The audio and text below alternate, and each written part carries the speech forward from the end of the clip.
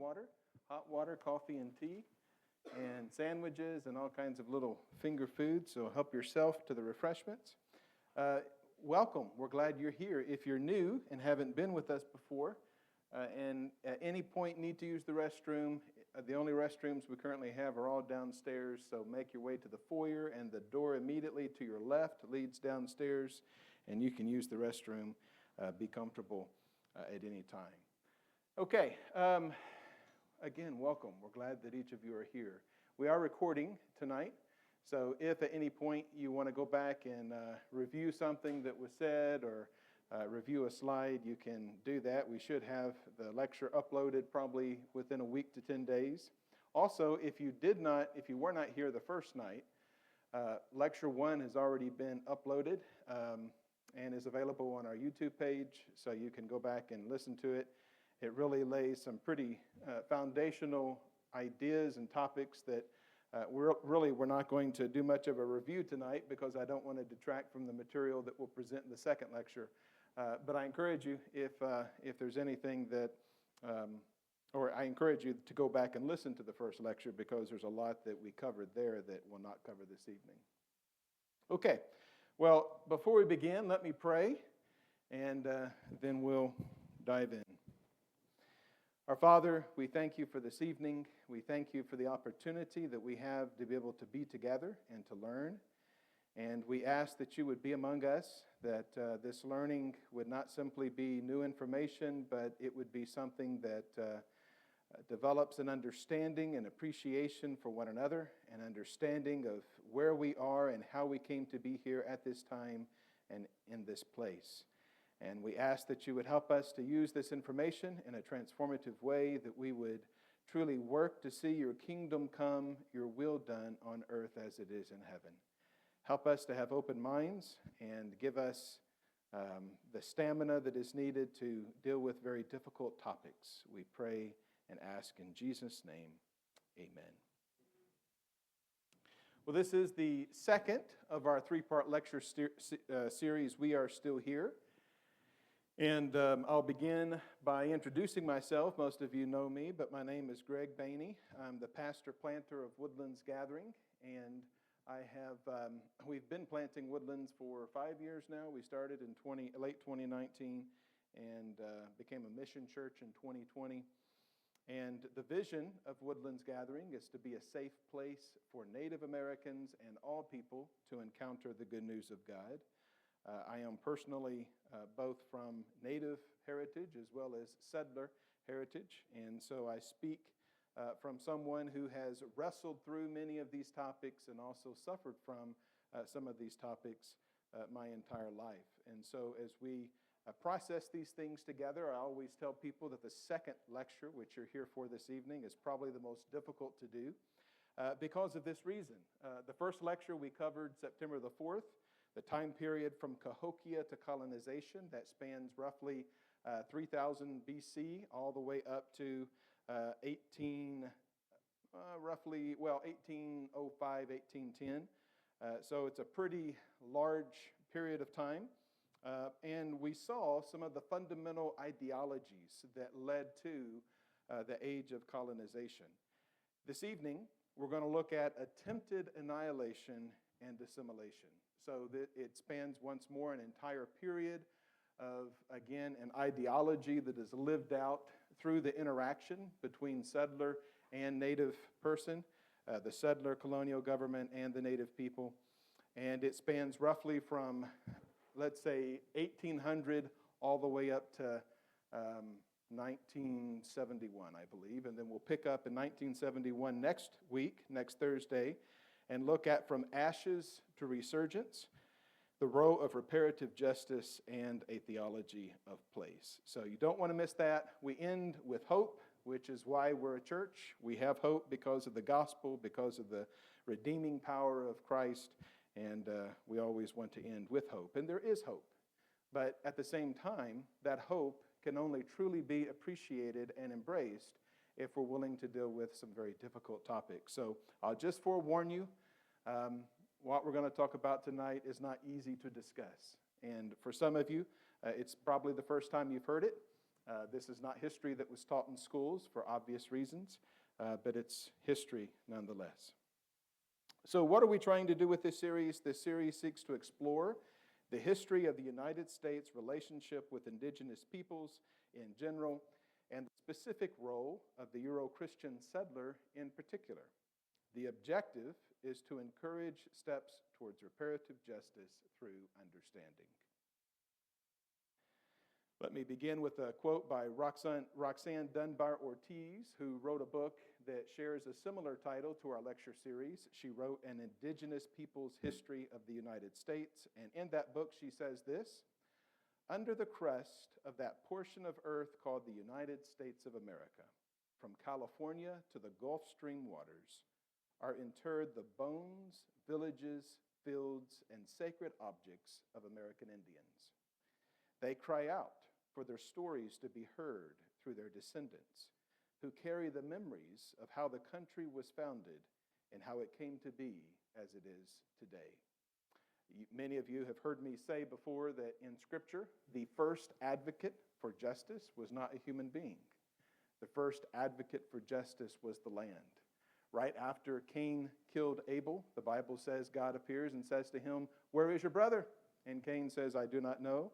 Am I my brother's keeper?" And God replies, "What have you done? The voice of your brother's blood cries to me from the ground." So the ground, the land itself, became one of the first advocates for justice in the Bible. A few numbers that we have to keep in mind. I mentioned this last week. The population of North America prior to 1492 is believed to be anywhere between 60 to 100 million people. By 1650, which is roughly 120 years prior to the creation of the United States of America, that number had been decreased to 10 million. Today, we're looking at the period of time between 1805, 1810, and 1971. Particularly, we're dividing into two sections, the Age of Annihilation, which ends in 1890. And by that date, there were 250,000 Native Americans. Today, thankfully, period of resurgence, as of 2020, there are 9.7 million people in this country who are Native, who are indigenous. All right, so let's first look at the first of the two categories. So the overall lecture tonight looks at the age of annihilation and then the age of assimilation. And these are not arbitrary time periods. They are divisions that characterize the way the U.S. government interacted with Native people and the way that the ideologies, the policies of the U.S. government were implemented in space and time. And so the Age of Annihilation begins roughly around 1820 and lasts through 1890. It is characterized by really the Jacksonian era of democracy.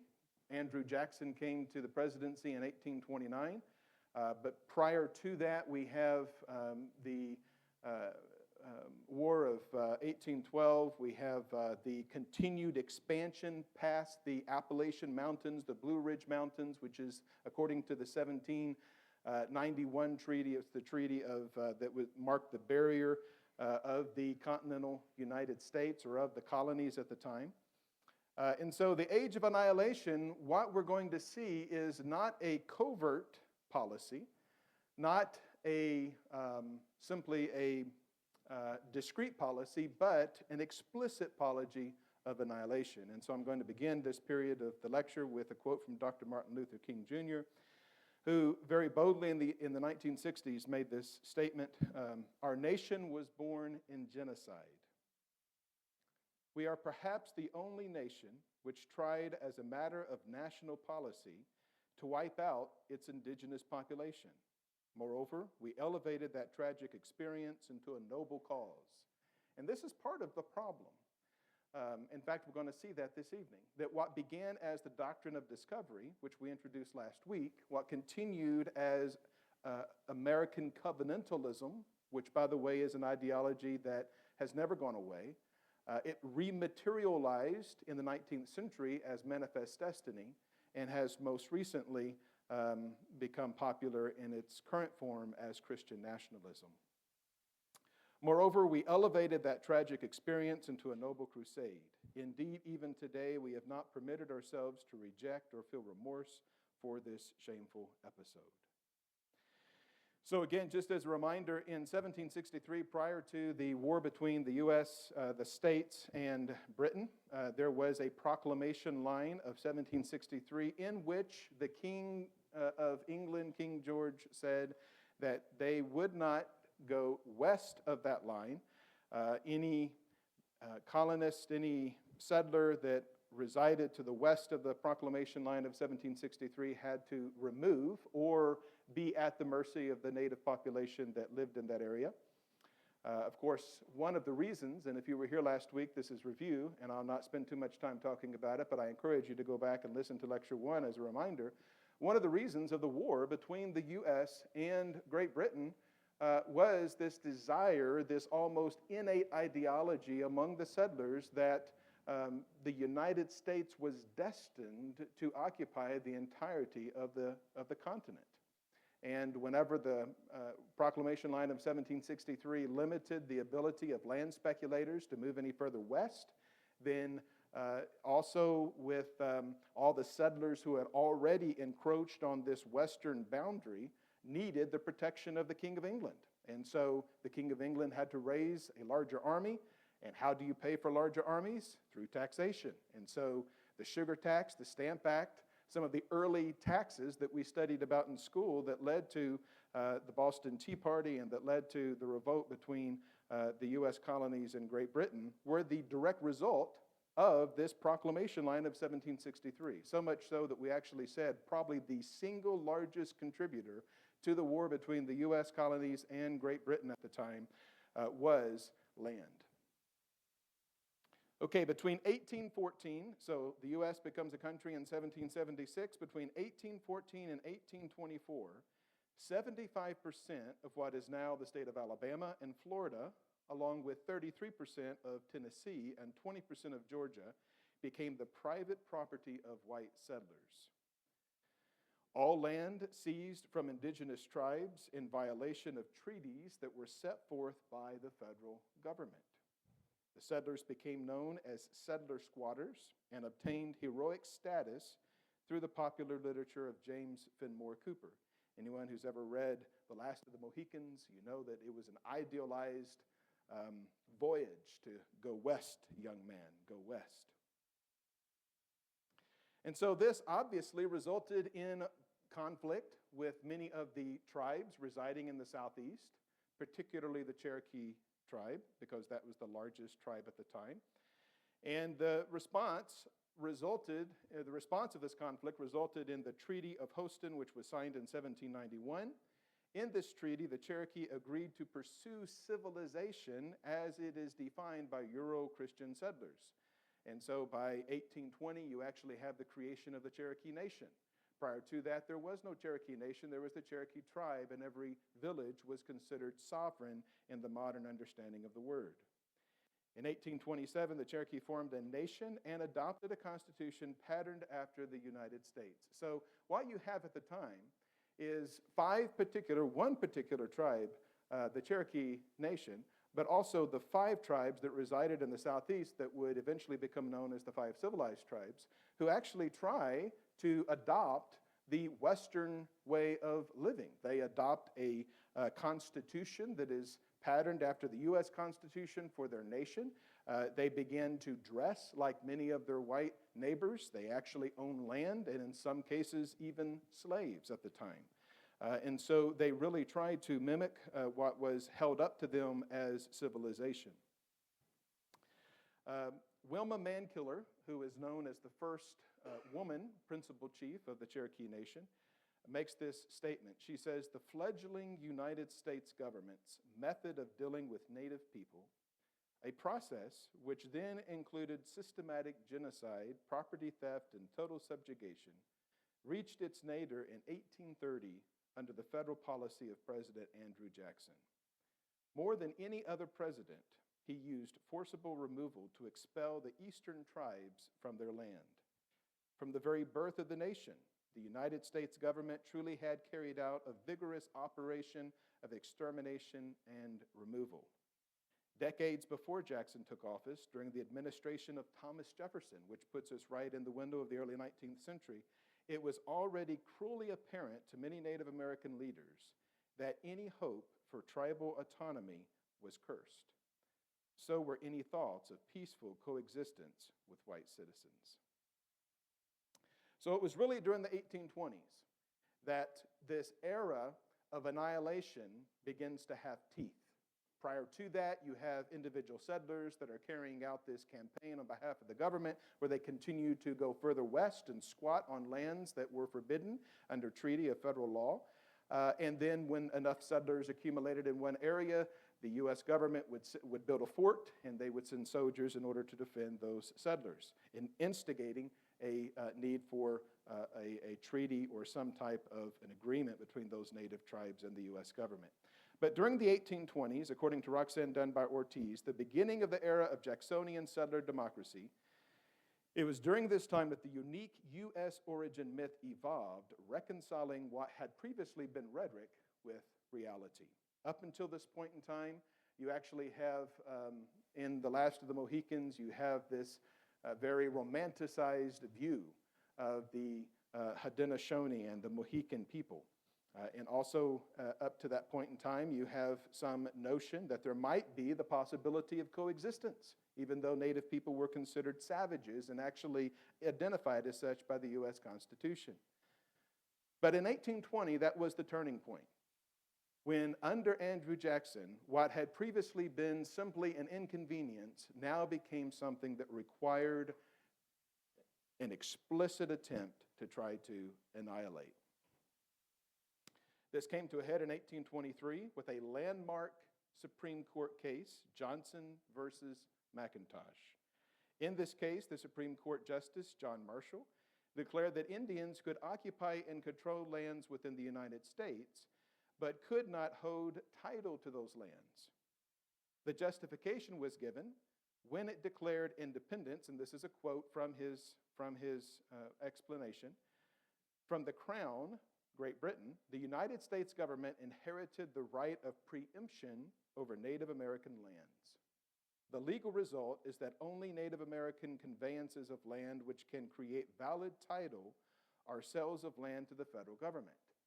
Now, what this did is it actually put the U.S. government in the position of a real estate broker for land that had previously been owned and occupied by Native tribes. And if you remember our lecture last week or 2 weeks ago, you know that one of the reasons the U.S. went to war against Great Britain is because Great Britain said that only the king had the right to negotiate and purchase land from Native tribes. And the settlers said, no, we want that right. And so the entire industry of land speculation rose as a result. And most of the early framers of our Constitution and our first president, George Washington, had a career as both a land speculator and a surveyor. So in 1829, Andrew Jackson, the famed Indian fighter, is elected president of the United States. And this becomes a turning point in American history. Under his presidency, actually shortly before his presidency, gold was discovered in what is now the state of Georgia. Georgia was the homeland of the Cherokee people. After the 1791 Holston Treaty, there was some sense of credibility that was given to the Cherokee Nation, especially in 1827 when the Cherokee Nation formally became a nation with a constitution. But when gold was discovered, all of a sudden overnight you have an influx of settlers. It's not the first time this will happen in the 19th century. It's actually a harbinger of things to come. But encouraged by Andrew Jackson's first annual message to Congress, the state of Georgia tried to claim most of the Cherokee Nation's territory as public land, resolving that the Cherokee Nation's constitution was null and void. The Cherokee Nation appealed to the Supreme Court, and with Chief John Marshall writing for the majority, the court ruled in favor of the Cherokee. But as I said, gold was discovered in Georgia while the case was still being debated. And some 40,000 gold seekers rushed into Cherokee lands in Georgia, causing the state of Georgia, with the support of President Jackson, this is one way that he actually became president, to ignore the Supreme Court's ruling. And according to history, whenever Andrew Jackson signed the Indian Removal Act in 1830. John Marshall of the Supreme Court said it was unconstitutional. He actually said that, because he wrote in the majority in favor of the Cherokee Nation, he said that President Andrew Jackson's position was unconstitutional, and Andrew Jackson's reply was, "Well, I have an army, he does not." Shows you, yet again, times in U.S. history when our presidents have perhaps overstepped their position as commander-in-chief of the Army.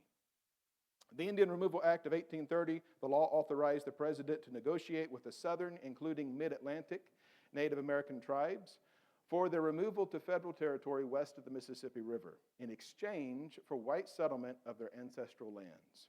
The act was signed by Andrew Jackson, and it was strongly enforced under his administration and that of Martin Van Buren, which extended into 1841. This act led to forced removal. Up until this point in time, if you've ever read Ely's book on the Trail of Tears, you know that there were actually different opinions among the Cherokee principal chiefs, the elected principal chiefs, about removal. Some were in favor of it, some were opposed to it. A minority actually gathered, and it's believed that the ones who did so, were already promised certain lands and certain kickbacks by the federal government, but they met and they signed away, even though they were not the elected officials under the Cherokee Nation Constitution, they signed away on a piece of paper the homeland of the Cherokee people, which was all the U.S. government needed, a few signatures, in order to justify their decision. So by the year 1839, all Cherokee, Choctaw, and Chickasaw, Seminole, and Creek who did not remove to lands in the West, also known as Indian Territory, now the state of Oklahoma, voluntarily were rounded up and forcibly removed by gunpoint. This process of removing the Cherokee to and the five tribes to lands west of the Mississippi, the state of Oklahoma, became known as the Trail Where They Cried, or the Trail of Tears. This journey west would prove extremely costly, with more than 5,000 Cherokee alone dying from exposure and sickness along the way. So great was the loss and longing for the land of their ancestors that the journey became known as the Trail of Tears. The Niles Weekly Register was a periodical, and a Cherokee anonymously wrote this in 1830. "We have been called a poor, ignorant, and degraded people. We certainly are not rich, nor have we ever boasted of our knowledge or our moral or intellectual elevation. But there is not a man within our limits so ignorant as to know that he has a right to live on the land of his fathers. Nor is there a man so degraded as not to feel a keen sense of injury on being deprived of his right and driven into exile."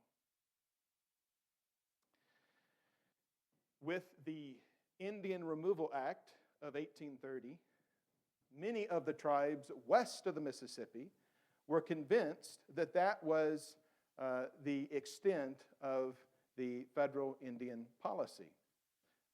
Little did they know that on the heels of that removal, by the time that it was complete in 1841, 1842, that the ideology of American covenantalism, of American exceptionalism, the ideology that was born out of the doctrine of discovery would remanifest in the form of manifest destiny. And so what was the boundary of the West, the Mississippi River, once the Louisiana Purchase was official, which was roughly 1773, then the lands west of the Mississippi, after the mission of Lewis and Clark, became up for grabs, at least in the eyes of the settlers. Now, I want to point this picture out, and I apologize it's not that clear. I don't know if we could turn a light out so you could see it, but it's not an uncommon picture. I'm sure you've seen it before, but it does characterize this period of time. It's a painting that was done, and what you can see, notice you see everything to the east as bright and shiny, and this is Lady Columbia, And as she's making her journey west, and here are all the farms and the wagon train and eventually the railroad, you can see here, even though it's faintly because of the light, you can see the Native Americans who are turning around and fleeing, as well as the buffalo, and there's darkness over here. So the picture paints 1,000 words. This was the image of American progress in the 19th century, also known as Manifest Destiny. The coin itself was, or the term itself was coined by John O'Sullivan in December of 1845. He wrote in the New York Morning News the following concerning the right of the U.S. to claim lands west of the Mississippi. He says, that claim is by the right of our manifest destiny to overspread and to possess the whole of the continent which Providence has given us for the development of the great experiment of liberty and federated self-government entrusted to us. Now, if you were here 2 weeks ago, you know that as early as the 18th century, there was already discussion among some of the land speculators that the newly minted American Republic was destined to cover the entirety of the continent. And so it begs the question, well, if this was the belief, if this was the expectation of those in government at the time, and actually became the self-fulfilling prophecy, then how could we truly call genuine, or how could we truly call sincere any of the treaties between the U.S. government and the tribes promising that they would limit westward expansion? According to the historian Robert Miller, there were 3 aspects of the ideology of Manifest Destiny: the special virtues of the American people and their institutions. So it amazes me as someone who is a student of history to go back and to read firsthand accounts of things that were written. Again, it's hard not to judge people. I realize that everyone is a product of their time, but when you read many of the writings of the both colonial period as well as the period following Jacksonian democracy, there's a explicit sense of superiority. In fact, I would argue that even going back to the Constitution, and we said this 2 weeks ago, this notion that America was for everyone was really birthed out of post-World War I years, and it was born out of hope that we would continue to be an immigrant nation. But definitely as early as the Constitution, as the Declaration of Independence, America was seen as a land belonging to white landowning men. And, you don't have to be too creative when you read the Declaration of Independence in order to piece that together. But by the 1840s, there was a belief of the special virtue of the American people and their institutions. The mission of the United States was to redeem and remake the West in the image of the agrarian East. That's why in that picture that I showed you before, the East was illuminated and the West was dark. And an irresistible destiny to accomplish this essential duty. In fact, going back to the quote that we read before, John O'Sullivan, he said, it is the design of providence. And notice that that is a capital P, meaning he believed it was God's will. This was not a new idea, but one that awaited westward lust, born in the infancy of the American Republic, come of age. In 1811, John Adams had stated the following: the whole continent, now put this in perspective, 1811, the whole continent of North America appears to be destined by divine providence to be peopled by one nation, speaking one language, professing one general system of religion and political principles, and accustomed to one general tenor of social usages and customs. For the common happiness of them all, for their peace and prosperity, I believe it is indispensable that they should be associated in one federal union. So, as the Indian Removal Act exemplified, with the southeastern tribes and all native people, by and large, being forcibly removed west of the Mississippi to what is now Oklahoma, but then was known as Indian Territory. The sites were no longer on the southeast, but increasingly became on lands west of Mississippi. Now, I'm showing this picture because probably most of you don't know what it is. This is the Black Hills of South Dakota. This is for Lakota, Nakota, and Dakota people, which is the largest tribal group in the North Dakota, South Dakota, Wyoming, Idaho, and the upper Northwest, the Great Plains region. This is the equivalent of the Temple Mount in Jerusalem. This is the place of their origins, the Kiowa people. Many of the Plains tribes look to this place, the Black Hills of South Dakota, as their spiritual homeland. And this is a known fact and was a known fact by not only leaders within our government, but also by military leaders moving on into the middle 19th century, and especially after the Civil War era. So we're fast forwarding a little bit, moving on from the 1840s to the 1870s, and most of you have heard of Sitting Bull. He made this quote. He said he made this statement. This is a quote: "There are things they tell us that sound good to hear, but when they have accomplished their purpose, they will go home and will not try to fulfill our agreements with them."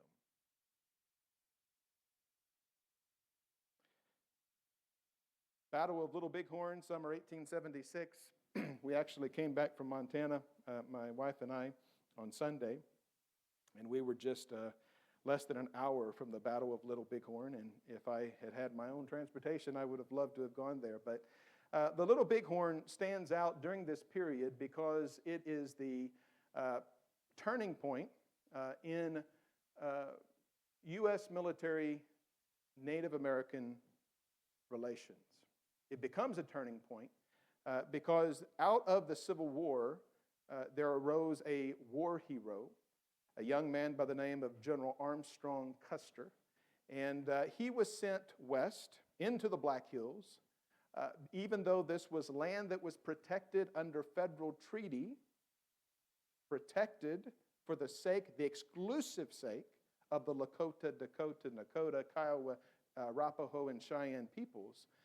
There was gold discovered in them their hills, and we all know what happens when gold is discovered. And so an influx of settlers descended into the Black Hills, resulting in a lot of skirmishes between the local native tribes and the settlers. Well, in order to set things straight and provide protection, the U.S. sent their 7th Cavalry down into protect those settlers who were there for the sake of mining gold, even though they were there in violation of federal treaties. Well, they came on an encampment of what they thought was a very small group of Plains tribes. So Custer, being someone who liked to fight by ambush and always appreciated the element of surprise, thought that he would attack as soon as possible. And so he did so. However, he underestimated how many nations had gathered together. There was actually several tribes that had come seeking some type of solution. They were discussing a solution to the increased encroachment of settlers into the Black Hills. And so the battle ensued, and it is probably the last significant battle for Native Americans because it's one that Native people won. Custer made his last stand, and those of you who know the story, you know that all but maybe 1 or 2 who escaped were killed. U.S. soldiers were killed in the Battle of the Little Bighorn. Custer's 7th Cavalry had been called in to do reconnaissance of Lakota, Cheyenne, and Blackfeet warriors. A small group of Native Americans were spied by Custer's army, supposedly sniffing out his trail. Custer divided his men into 3 battalions and prepared for an engagement. The Native warriors, under the leadership of Crazy Horse, White Bull, and Chief Gaw, attacked Custer and defeated him and his troops. The victory was short-lived, and in the winter of 1877 and 1878, the U.S. government retaliated by trying to force whatever tribes were in the Great Plains areas onto agreed-upon reservations. However, that winter was very difficult, and the Native people, the Cheyenne and the Arapaho, were not able to harvest their normal number of buffalo, and so Helen Hunt Jackson, who wrote a book that I commend to all of you. It's rather lengthy. It was written at the end of the 19th century, but I think it's one of the great works of American history where she actually is honest. She belonged to an organization known as the Friend of the Indian. She opposed the Dawes Act, which I'll talk about later. But in this book, A Century of Dishonor, she says this. She said, "The winter of 1877 and the summer of 1878 were terrible seasons for the Cheyenne. Their fall hunt had proved unsuccessful. Indians from other reservations had hunted the ground over before them and driven the buffalo off. The Cheyenne made their way home again in straggling parties, destitute and hungry, because remember, they depended on the buffalo for not only their food, but also for their housing, for their clothing, really for their way of life. Their agent reports that the result of this hunt had clearly proved that, quote, in the future, the Indian must rely on tilling the ground as the principal means of support. And if this conviction can be firmly established, the greatest obstacle to advancement in agriculture will be overcome. With the buffalo gone and their pony herds being constantly decimated by the inroads of horse thieves, they must soon adopt in all its varieties the way of the white man." So what was the goal of annihilation? It was twofold. One, it was to remove the obstacle to westward expansion, which were the native people. And two, it was to, and this is where we see a transition away from annihilation into assimilation, because in the late, I'd say, 19th century, so anywhere between 1870 and 1890, there was a significant group of white activists who actually became the conscience at the time of the nation. And they spoke out on behalf of the native person, the Native American. And so there was this increasing desire of, well, if we can't annihilate them, let's decimate them to the point that their numbers are so insignificant that then we can assimilate what remain and they will simply disappear from the pages of history. That's not my speculation. That was actually the intent. In fact, if you remember 2 weeks ago, we saw a quote from George Washington as early as 1778 to that effect. So the end of what is known as the Age of Annihilation is 1890. And it culminates in a significant massacre that is known by any native person in this country as the Massacre of Wounded Knee. Any Redbone fans in here? Anyone know who Redbone is? Surely you do. Come and get your love. Well, anyway, all right. has to be some lightheartedness in the midst of all this. Redbone had a song that says, "We were all wounded at Wounded Knee." You heard that song? I commend it to you. It's a great song, and listen to the lyrics, and what you'll hear is the extent to which annihilation nearly was successful, nearly wiped out the Native American population. So why is the Wounded Knee Massacre so significant? Well, let's look at the facts. Spotted Elk was a Lakota. He was called to the Pine Ridge Agency because his group of Lakota had been out looking for food because, as you recall, many of the buffalo had purposefully been killed by the U.S. Army or by people who were harvesting buffalo, leaving their carcasses in the sun to rot, and then taking their furs back to New York in order to make nice coats. But the two were actually seen as accomplishing the same thing, which is the forced helplessness of the Great Plains tribes. But Spotted Elk was a Lakota chief, and he was trying to find food. He was a peaceful chief. At this point, they pretty much had laid down his weapons. He was not taking up arms against the U.S. Government. And he had been called to the Pine Ridge Agency. And so he agreed to come. And he had 350 followers with him, 230 of whom were women and children. Also, at least 45 to 50 were old men. So if you can do the math there, fewer than 50 were actually warriors. On December the 28th of 1890, the remnants of the U.S. 7th Cavalry, under the command of Colonel Forsyth, met them and escorted them to camp at Wounded Knee. And they camped there that night. The next morning, though he was warned by his native scout against it, he sent Major Samuel Whitside into the camp to disarm the Lakota. The Lakota still had their guns because, as I said, they were out hunting, they were out looking for food. And before they did the disarmament, they stationed 4 Hotchkiss guns, rapid-fire guns, around the camp. If you don't know what a Hotchkiss gun is, you ever seen the movie The Last Samurai? You know, the gun that's turned on The Last Samurai at the end, those are Hotchkiss guns. They had just been invented around the time of the Civil War, and the U.S. Army had 4 at this location. So they stationed 4 of these Hotchkiss guns around the camp, and the U.S. soldiers went into the camp to disarm many of the men who had weapons. This is a first-hand account. This native warrior here pictured is Dewey Beard. That's the name he took after he converted to Catholicism. His original name was Iron Hell.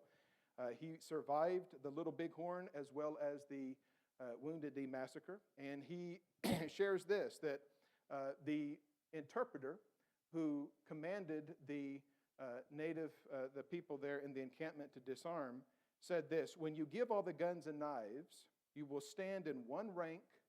Now remember, most of these people do not speak English, okay? So they're having to be communicated with through an interpreter.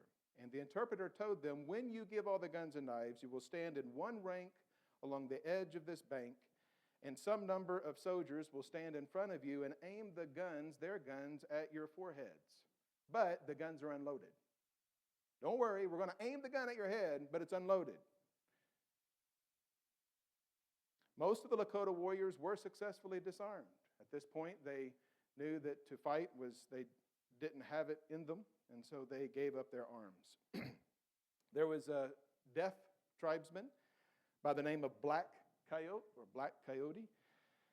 He was reluctant to surrender his rifle, and most people in retrospect believe it was because he didn't understand what was happening. He was deaf and could not communicate.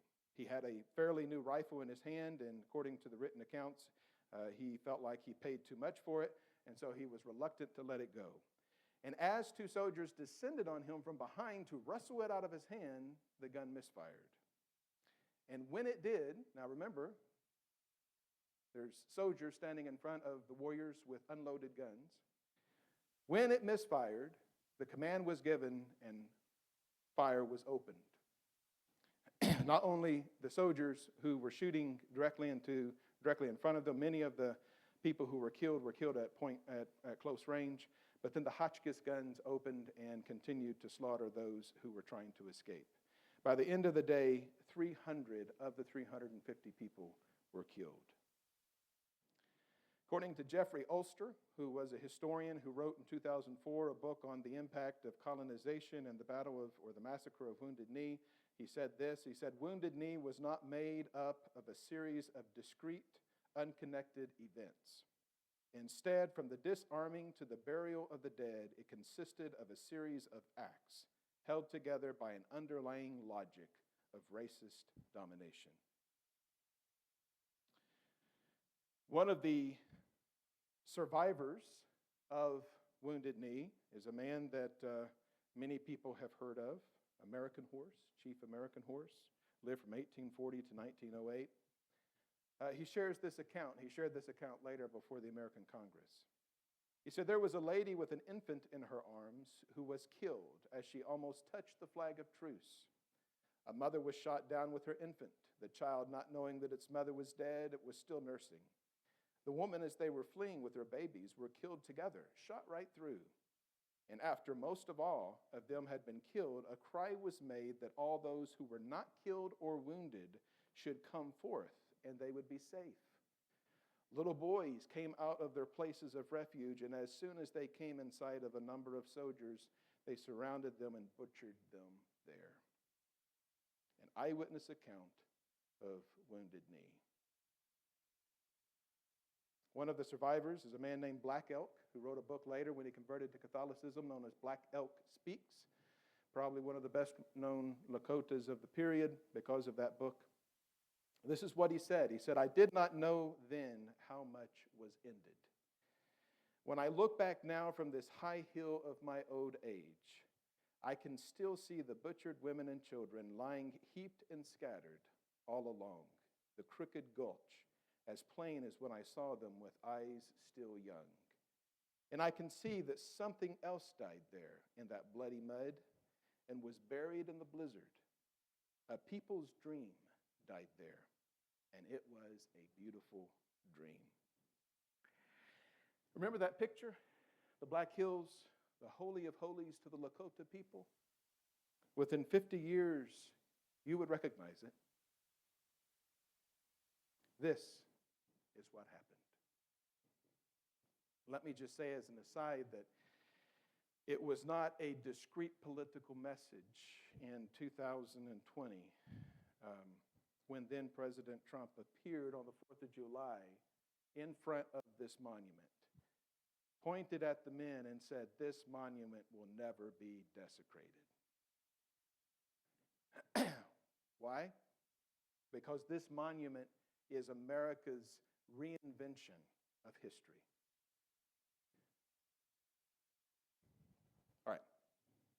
That's my close of the age of annihilation. 1890, the American Indian population was roughly 250,000. Remember, 1491, the conservative estimate was 60 million. 1890, 250,000.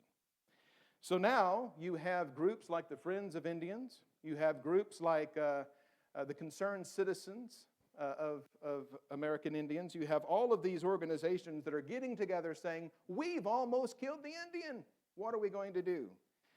And so they said, well, the uncivil thing is to kill him. Why don't we assimilate him? Why don't we make him like us? And so this officially begins the age of assimilation, which runs roughly from 1890 to 1930. 1930 is a soft date for the conclusion of it. Mainly, I gave that date because of the American Indian Self-Determination Act that was approved in that year. But there were active boarding schools which came out of this age of assimilation as early as the 1970s. And so people today, many Native people today are alive who were the product of the boarding school and who still believe, as the mantra of the boarding school movement, the age of assimilation characterized, that to be Indian is somehow to be less than human. So what became of land? Remember earlier I said that land was at the heart of this whole issue? It's what started the War of Independence. If you want to understand that better, go back and listen to the first lecture. The desire for land. What happened? Well, reservation system put land in trust. To my knowledge, there's only one reservation. It's not really a reservation. There's only one Native American tribe that actually owns their reservation, and that's the Cherokee, Eastern Band of Cherokee Indian in Cherokee, North Carolina. The reason they own it is because it was purchased by a white settler, and upon his death, he actually deeded it, willed it to a pretty prominent Cherokee family that had resisted the forced removal and hid out in the hills or the mountains of North Carolina. And so the Cherokee Nation of North Carolina, actually, the Eastern Band of Cherokee Indian, actually owned the Qualla boundary. It's the only land in the entire country that is owned outright by the U.S. or by a native tribe. Reservation system basically holds land in trust, which means that we're going to preserve it, we're going to protect it like a national park, as long as you do what we tell you to. What were they told to do? They were told to have a government that basically would function given a specific set of criteria that would force the colonial system of government on all federally recognized tribes. Placing tribal land into trust is a process whereby the Secretary of the Department of the Interior acquires title to property and holds it for the benefit of a Native American tribe or individual tribal members. Between 1887 and 1934, the federal government took nearly 2/3 of reservation lands from the tribes without compensation. The trust process was subsequently created as a tool to help tribes regain original land bases. The use of trust lands is governed by the tribes, subject to certain federal restrictions, and the land is usually not subject to state laws. This, by the way, I'll just say as an aside, is one of the reasons that we have such a problem with missing and murdered indigenous women? If you've never heard of MMIW, then let me enlighten you. If you are an American citizen, a white person, or anyone else who has American passport, and you go to a reservation, you can kill a young lady and leave and go back to the city that you came from, and because it happened under tribal jurisdiction, the tribe is technically responsible to find the murderer and bring him or her to justice.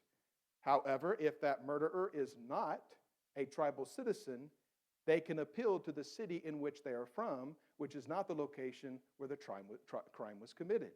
And so oftentimes what happens, especially around reservations, is a lot of women are exploited, they are trafficked, they are killed and murdered, never seen again, and no one pays any attention to it. I say no one. There is a movement, the Missing and Murdered Indigenous Women movement, that's trying to create awareness of this. But it's because of reservations that are not subject to the state laws and therefore technically not under the jurisdiction of the criminal courts of those states. So due to the reservation system, this is what Indian lands look like today.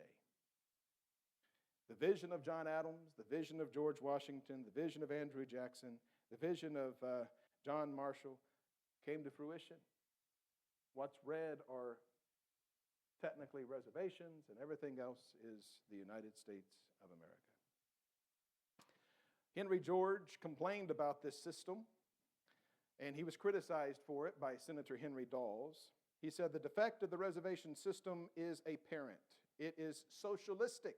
Now remember, if you were here, and by the way, I realize there are several of you who were not here our first lecture, let me encourage you to go back and pay close attention to the part of the video where we talk about Native American values, because what you'll see is that one reason why Native people did not believe in private land ownership is because Native people historically thought in terms of we and us instead of I and me. Individualism was not something that was considered a virtue, it was considered a vice. And to personally own something that would put someone else at a disservice would have been considered evil among most of the indigenous tribal systems. So Henry George says, the problem with it is that it's socialist. It's owned in corporate. There's no individual who owns private land. Under that, there's no enterprise to make your home any better than that of your neighbor. There's no selfishness, which is at the bottom of civilization.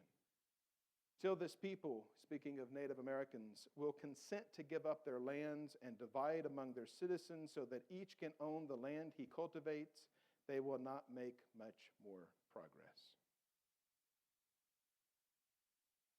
So let's look at what was Indian Territory, the largest piece of red on that map that I showed earlier. In 1855, this is the land that was given to the 5 civilized tribes: the Cherokee Nation, the Choctaw Nation, Chickasaw, Muskogee Creek, and the Seminole Nation right here in the middle. The entirety of the state of Oklahoma. In 1893, an act of Congress known as the Dawes Commission established a commission to negotiate agreement with the Choctaw Creek, Chickasaw, Seminole, and Cherokee Indian tribes. The commission's mission was to divide tribal land into plots, which were then divided among the members of the tribe. Due to the nature of the lands in Indian Territory and the dry climate, the 160-acre land allotments were often too small to permit profitable farming, and many Indian families had to give up and lost their lands in future years. Let me elaborate on this, because under the Dawes Commission, every person who registered as a tribal member was given 160 acres of land with one contingency. You had to work it for a period of 5 years. Do you know how many people at the time were, one, either unable to work the land due to physical health issues, or two, simply didn't know how to maintain 160 acres? So the result of the Dawes Commission ultimately took land that had been promised to the 5 civilized tribes, the Cherokee, Choctaw, Chickasaw, Seminole, and Muskogee, And basically any land, by the way, if you did not farm your land for the first 5 years, it went to the government and they could open it up for settlers. Many tribal members resisted allotment. In fact, the Western Cherokee Nation, the Chickamauga Cherokee, resisted allotment, and many others. Some wealthy whites purchased membership. Historically, we call these pay-to-play Indians because they gave the commissioner $5 to be included on the Dawes allotment rolls, and as a result, they were given 160 acres.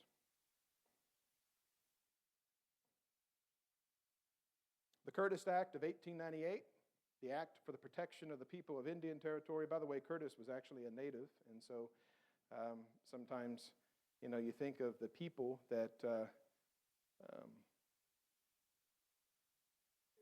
or the extent of harm that we can perpetrate against one another is not limited to one's ethnicity, even though the ideology that caused much of the harm has a particular country of origin. But the Curtis Act of 1898 abolished tribal governments, required the registration of all tribal members, and made surplus lands available for sale. So any land that was not the 160 acres given away in the allotment could now be available for sale. And so every post office in the country had these signs. Indian land for sale. Get a home of your own. Easy payments, perfect title, possession within 30 days.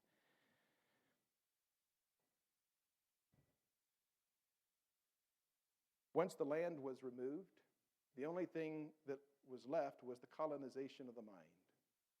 And for this endeavor, there was a man, a veteran by the name of General Richard Henry Pratt, who came up with the American Indian Boarding School movement.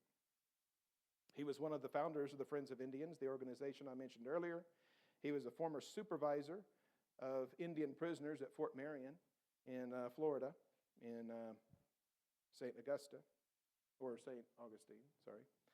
He believed in full assimilation, and he coined the phrase which characterized the age of the American Indian Boarding School movement: kill the Indian and save the man. So between the 1890s and the 1970s, Indian students were forcibly removed from their parents and sent to boarding schools. There they were beaten if they acted Indian. They were taught that they were dirty and unclean, especially if they talked their native tongue or if they played games that were characteristic of native games. They were beaten if they spoke their own language. They were taught Christianity and social decorum.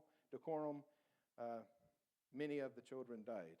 In fact, if you were with us in the summer and you watched the first of the documentaries that we showed during our summer movie series, we showed the movie Sugarcane, which documents even today the number of children who died at some of these schools. So after all was said and done, contrary to popular belief at the time, the superiority of the white man's way of life was neither accommodating nor irresistible to traditional native societies. All right, I'm going to stop there because that officially brings us to the end of the age of assimilation. Like I said, the second lecture is always the hardest because it's the most difficult material. But thankfully, with next week's material, from ashes to resurgence, reparative justice, and the theology of place, we're able to get into hope. So if your heart is heavy by what you heard tonight, please come back next Thursday and we'll end on a note of hope. But let me do this. It is currently almost 10 after 7. Let's take a 5-minute break, kind of give a period to get your blood flowing and then get something to eat, something to drink if you'd like, and then we'll come back and have a time of discussion. So we'll try to have about 45 minutes worth of discussion. So let's say it's about 10 after 7. Let's come back at 7:15, and we'll have some discussion.